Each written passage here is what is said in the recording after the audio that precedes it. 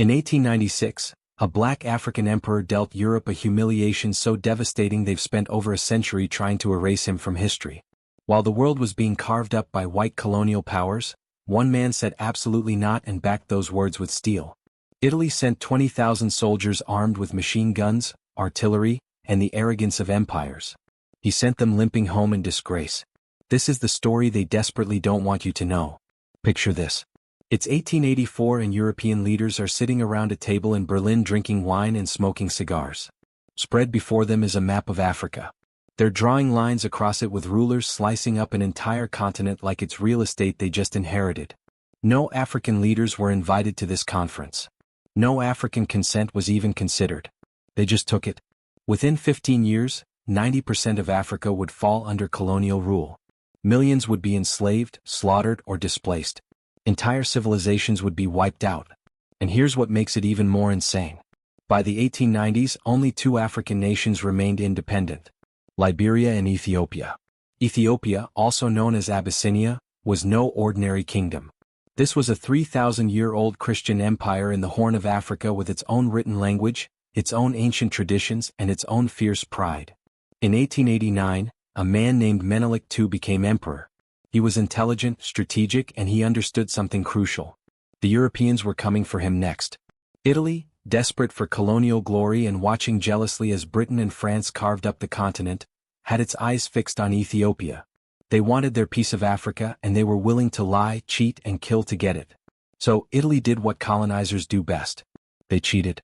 In 1889, they convinced Menelik to sign the Treaty of Wuchel. But here's the twist. The treaty had two versions. The Italian version, written in Italian, stated that Ethiopia was now Italy's protectorate, essentially a colony. The Amharic version, the one Menelik signed, said nothing of the sort. When Menelik discovered the deception, he was furious. He immediately cancelled the treaty. Italy's response wasn't negotiation. It wasn't diplomacy. It was war. Now you have to understand the context here. This was the height of European arrogance. Italian newspapers were openly mocking primitive Africans. Military experts were predicting an easy victory in a matter of weeks. Europe had just watched Britain crush the Zulu kingdom. France dominate West Africa and Belgium commit unspeakable atrocities in the Congo. The pattern seemed clear and inevitable. White armies always won. Black armies always lost. It was treated as a law of nature, proof of racial superiority. Italy believed that Africans couldn't organize, couldn't strategize, and couldn't possibly stand against European military might. In 1895, Italy invaded. 20,000 Italian troops backed by Eritrean conscripts crossed the Ethiopian border. They were equipped with modern rifles, mountain artillery, and machine guns. They were led by General Orest Baratieri, a man so confident in victory that he was already planning his triumphal parade through Rome. But Menelik wasn't the king they expected. When news of the invasion reached him, he sent a message to every noble, every regional king, every ethnic group across Ethiopia. An enemy has come to destroy our country and our faith. And something unprecedented happened.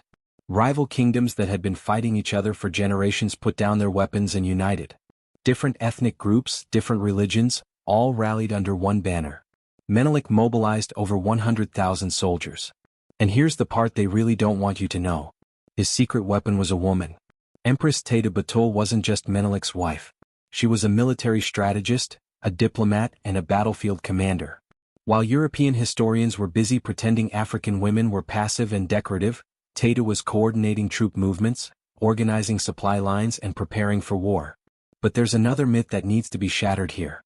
You've probably been taught that Africans were fighting with spears against European guns, right? That's the story they tell to make European victories seem inevitable and African resistance seem futile. The truth is completely different. Menelik had been preparing for this war for years. He'd been stockpiling modern weapons, buying rifles from France, Russia, and even Italy itself. Ethiopia had artillery. They had Maxim guns. They had trained officers. But Europe didn't believe black Africans were capable of using modern weapons effectively. That racist assumption would cost them everything. As Menelik moved his 100,000-strong army across the treacherous Ethiopian highlands, Empress Teta coordinated the logistics of feeding and moving an army on the march. Italian spies reported the numbers back to Rome, but their commanders didn't believe them. Exaggerated by primitive minds, they said. Meanwhile, Teta was personally leading scouts, cutting Italian supply lines, and using Ethiopia's mountainous terrain to her advantage. Ethiopian forces would appear, strike, and then vanish into the mountains like ghosts. The Italians grew paranoid, exhausted, and confused. Back in Rome, politicians were pressuring Baratieri. Win quickly or come home in disgrace. So in March of 1896, Baratieri made a fatal decision. He would attack at dawn and catch the sleeping Africans by surprise. He ordered a night march. But there was one problem. His maps were wrong. They'd been drawn by Italians who had never actually traveled through the region, who assumed they knew better than the people who'd lived there for millennia. In the darkness, his columns got separated. Units lost contact with each other. Coordination fell apart. And when dawn broke on March 1st, the Italians realized they'd walked straight into a trap. As the sun rose over the mountains of Adwa, the Italian soldiers looked up and saw something that shattered every assumption they'd ever held. They weren't facing a disorganized mob of spear-wielding tribesmen. They were surrounded on three sides by a disciplined army in perfect battle formation holding the high ground. Menelik's forces had modern weapons, clear command structure, and they knew every inch of this terrain. The Italians couldn't coordinate. They couldn't communicate between separated columns. And then the Ethiopian attack began. What happened next wasn't a battle. It was a slaughter. Ethiopian forces used modern military tactics, flanking maneuvers, combined arms coordination, devastating artillery support. Empress Tayta personally led cavalry charges, her presence on the battlefield, inspiring the troops and terrifying the enemy. And here's something that should tell you everything about how this war was really going. The Italian Ascari, African soldiers who'd been conscripted to fight for Italy, started defecting in the middle of the battle. They switched sides and joined Menelik's forces, recognizing who the real enemy was. By noon, the Italian army wasn't retreating. It was disintegrating. The numbers tell the story. 7,000 Italian soldiers killed, 1,500 wounded, 3,000 captured. Ethiopia lost between 4,000 and 6,000 soldiers, but from a much larger force.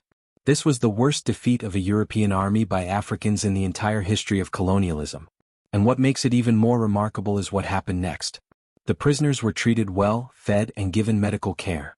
This was in stark contrast to how Europeans treated African captives who were routinely executed, enslaved, or left to die. Menelik negotiated their release and forced Italy to the bargaining table. In October 1896, Italy signed the Treaty of Addis Ababa, formally recognizing Ethiopian independence. This was the first time a European colonial power had signed an equal treaty with an African nation since the era of colonialism began. The news of Adwa sent shock waves through every colonial capital in Europe. If Ethiopians could win, what about everyone else? What about the millions of colonized people across Africa, Asia, and the Americas? The Battle of Adwa threatened the entire ideological foundation of colonialism. The racist lie that European dominance was natural, inevitable, and biological. So Europe did what it always does when the narrative threatens to collapse. They launched a cover-up campaign. The Italian government suppressed the details of the battle. European historians downplayed it as a lucky accident or a fluke. Racist pseudoscience was deployed to explain it away. Ethiopians are Semitic, not really black, so it doesn't count. American textbooks barely mentioned it. And when they did, they implied that Italy wasn't really trying or had simply let them win. The erasure was systematic and deliberate. But here's what they were really trying to bury.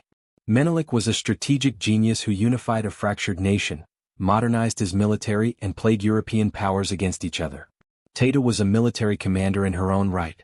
Not just a decorative wife, but an active battlefield leader and intelligence coordinator. Ethiopia preserved its independence through World War I and World War II despite a brief Italian occupation from 1936 to 1941. And most dangerously of all, Adwa inspired global resistance movements. Black Americans celebrated the victory. Marcus Garvey in Jamaica cited it as proof of black capability and power. Anti-colonial movements everywhere drew hope from it. A black king had outwitted, outmaneuvered, and outfought white supremacy using their own weapons and their own tactics on their own terms. One battle had shattered centuries of propaganda, and that was unforgivable. Here's the pattern you need to understand. When black people win, history gets rewritten.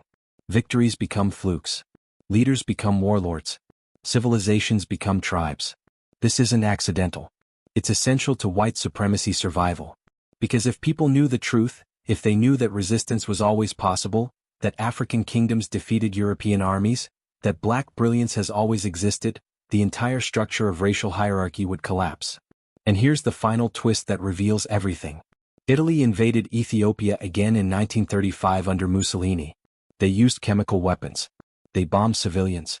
They finally occupied the country from 1936 to 1941. Why would they come back with such overwhelming illegal force nearly 40 years later? Because they never forgave Adwa. Because one black king had exposed them as beatable, had humiliated them in front of the entire world, and that was more dangerous than any army.